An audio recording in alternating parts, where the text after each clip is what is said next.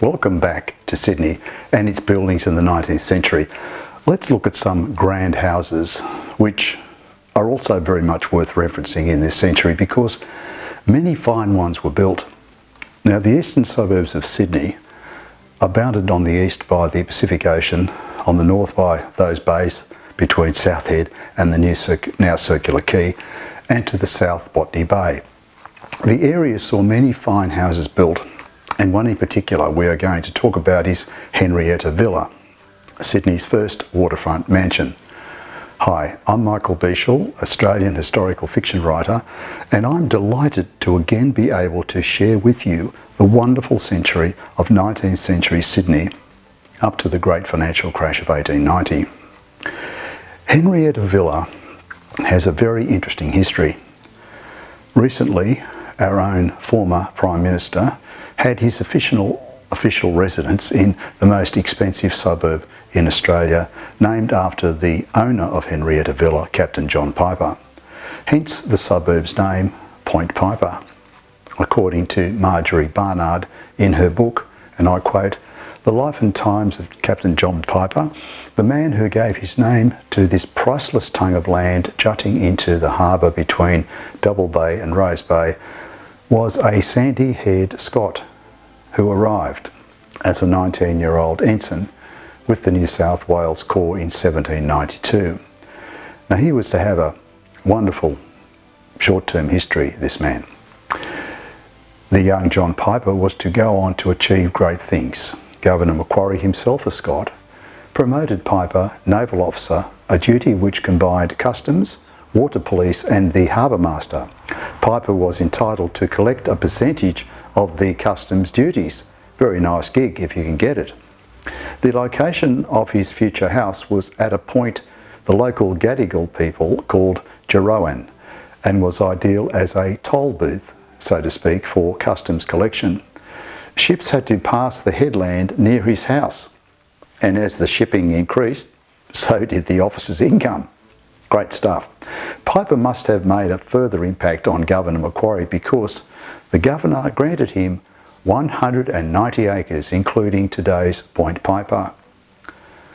But let's remember that in 1813, the eastern suburbs of Sydney were still very much in the bush and remote from town. Most of the stately homes of the colony's leading businessmen, like Messrs. Reeby, Campbell and the Wentworths, were still in town. That's where the gentry lived.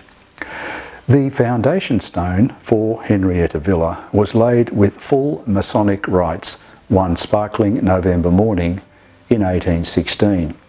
A 7-gun salute boomed out over the harbour and the Masonic emblem flew from the highest mast in the port. The house was named after Mrs. Macquarie's middle name, Henrietta. Her first name was already given to Sydney's Elizabeth Street. And the design was slated to Henry Kitchen, an architect. Francis Greenway may have had a hand in it, but this is not proven. According to Barnard, Marjorie Barnard, it was a substantial quadrangular house. The front was a single story, but the rear wings was two-storied with domes. Originally it had no verandas, but these were later added on the northern and eastern front. Now let's talk about verandas. They were not used, yes, you heard right, in the Southern Hemisphere sunshine, and we can only wonder why. However, it was still Northern European architecture being built, and even the Rum Hospital, of which we'll talk about in another video, had a veranda attached which was dramatic, if not architecturally scandalous at the time. According to Barnard again, Captain Piper's house cost £10,000 to build, an extraordinary amount of money in that time. And this was only possible because of the cash flow he got through his licence fees. Piper designed himself a uniform with epaulets and according to Helen Proudfoot, Captain Piper and Henrietta Villa Journal of the Royal Australian Historical Society, and I quote, proceeded down the waterway in his 13-metre gig propelled by 10 oars, fitted with an awning as the weather demanded. His crew were musicians and played military and naval tunes while on the water.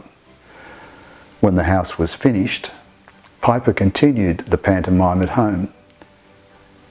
Piper was an egalitarian sort of man, inviting to dinner guests from all facets of society, which did not endear him to the so-called Sydney aristocracy at the time, according to James Broadbent's A Colonial House. The white domes of Henrietta Villa can be glimpsed like a temple amidst the forest. These two domes were a stylistic echo of the London metropolis. But they also referenced the nearby Macquarie Lighthouse. The villa would have been the second substantial building viewed by new arrivals. It sat on a point jutting out just as the main southern arm of the harbour turned westwards. There, low on the water's edge, was a backdrop of eucalyptus. Henrietta Villa presenting a startling impression. Captain Piper's fortune in later years continued to rise, and he became a director of the Bank of New South Wales. All good stuff so far. And he had land at Petersham, Botany Bay and Neutral Bay. But later Piper became involved in fraud, which was later proved to be negligence. Poor business, I guess, rather than a criminal offence. And he eventually lost all his money to business. Following a bungled suicide, he died on a property provided by friends at the age of 78 in 1851. So, a colourful character in a magnificent house that was part of what London was to claim as a penal colony yet again. Our next video will feature a building that had the same controversy in time and budgets and political drama as one of the 20th century had. Take care and thanks for watching.